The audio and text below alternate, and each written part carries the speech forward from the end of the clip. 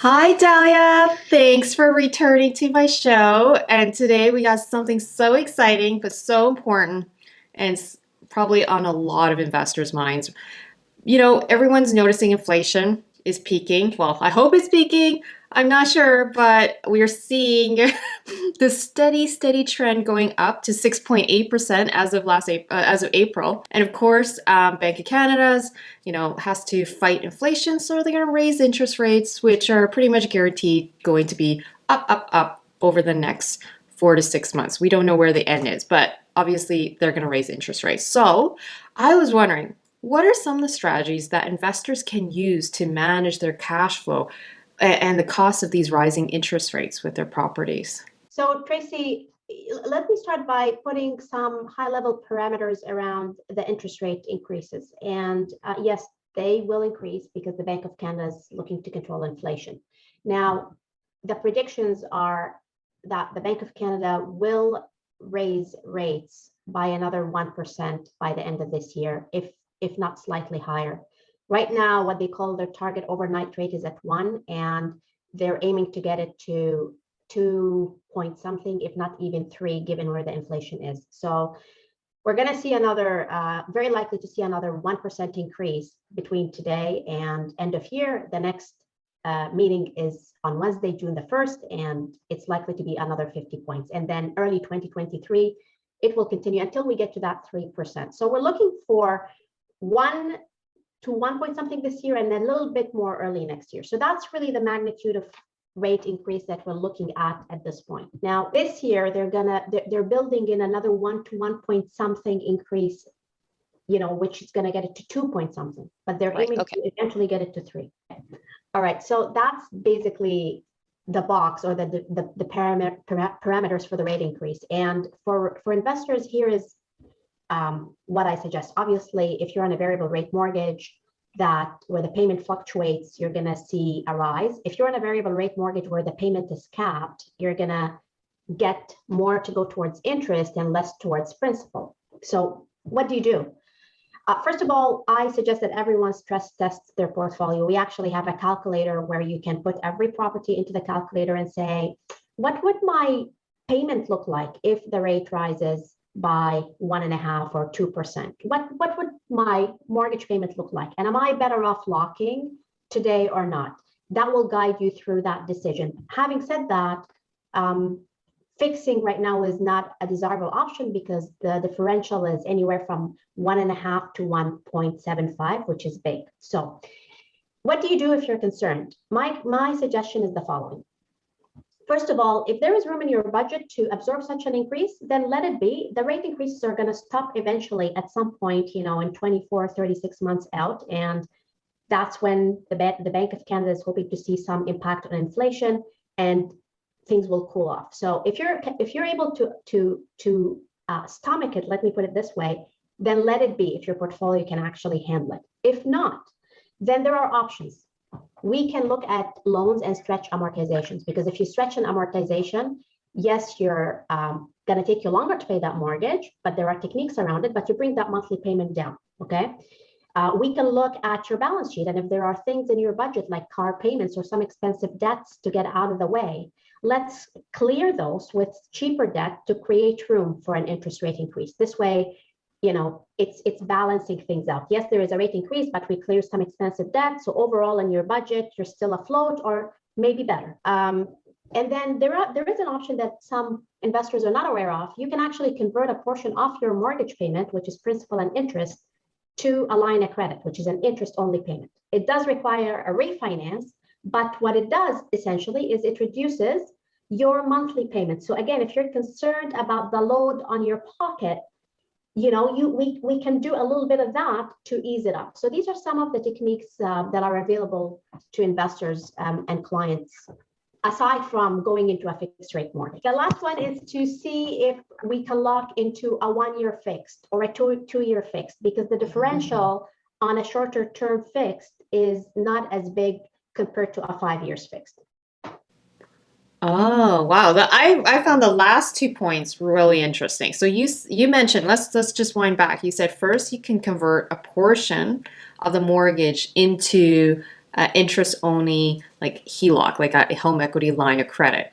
But of course, you said you need to refinance. That means to go through the qualification process to see if you can, the banks, you have to follow all the rules of the banks or whatever bank that's going to lend you the money to qualify. That's what I'm just trying to say in layman's terms, because refinance, I don't know if a lot of people have gone through it, but it's a lot of paperwork involved. Secondly, you talked about variable rates with a capped payment, meaning so you could go like a lock-in short term fixed term. Does that require you to like qualify for that again? Yeah, so there are some lenders on the street that offer a variable rate, but they fixate the payment. So you have to qualify with these lenders, number one.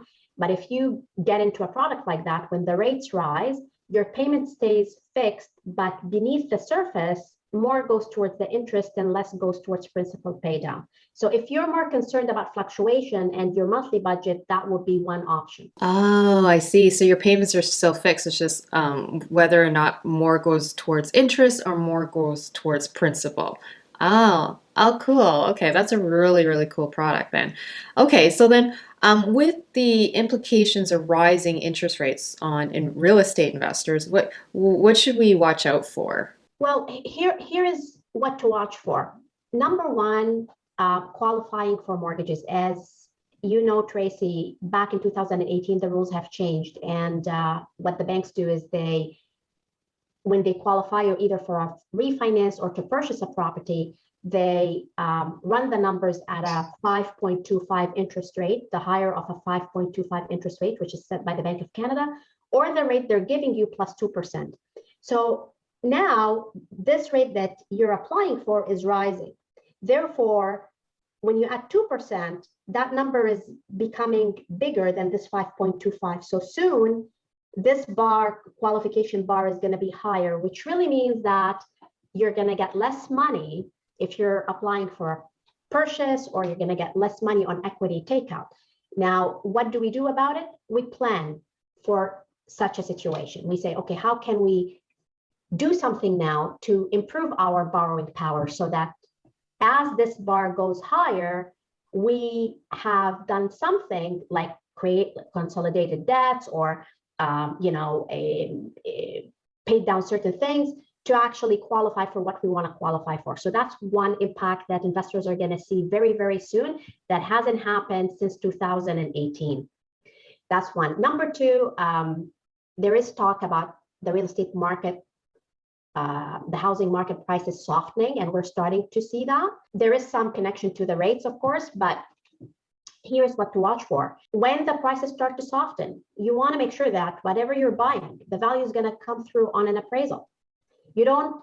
Gone in my view are the days where you just jump into an offer and put in above asking price and go firm without knowing, hoping that the value is going to come through. So it's really important to keep your conditions, financing conditions in an offer, especially the appraisal condition. I'm suggesting to keep the financing condition in the offer. If you don't want to call it financing condition, say that this offer is conditional on appraisal. The buyers now have more buying power. It's shifting from a full seller's market to buyer market in many areas. So you do have negotiation power. Put in that condition because you don't want to be in a situation where you're selling your home, let's say, you're buying something else, and the market is turning or shifting slightly and the values are not coming through and you have to cover that difference. That's for someone who's dealing with a primary residence. For investors who are dealing with rental properties, you're not selling something, but you're still buying a property and you want to make sure that the value is there. And when the markets were going up, the risk of an appraisal not coming through was very low. But when the market is softening, you want to make sure you have that condition in the offer. Hey everyone, it was so interesting talking to Dalia about how to protect ourselves in the rising interest rate environment as real estate investors. So the key takeaways I got were you can increase the amortization of your rental properties. Although yes, it will take longer to, pay out your rental property, but you're also increasing the cash flow because those payments are going to decrease because your amortization has been extended. The second takeaway was that you could convert a portion of your mortgage into a line of credit, a home equity line of credit, so that you could offset the high rising interest rate by just paying interest payments against that line of credit. And thirdly, you could also have a product where it doesn't matter, I guess, so much if the interest rates are rising because your payments are fixed. Because if the interest rates are rising, well, then there's just more going towards interest versus going towards principal because your payments are fixed over time. I found that a really, really interesting product. Another key takeaway I got was that, with rising interest rates, it looks like there's going to be tighter policies, meaning it's going to be harder to take out equity out of your property. They could actually even change the rules on getting a HELOC, according to Dahlia. So those are the things you definitely want to watch out for, and please monitor your portfolio. And if you ever have any questions about your portfolio, how to protect yourself in rising interest rates, converting some of your mortgages into a portion of HELOC, or just getting a HELOC as a very strategic move right now because it's easier to qualify for that rather than later on when it could be really, really hard to qualify for a HELOC. So definitely check out Dahlia's website. Go to info@streetwisemortgages.com. Anyways, I hope you found this video super helpful. I'll see you in the next video.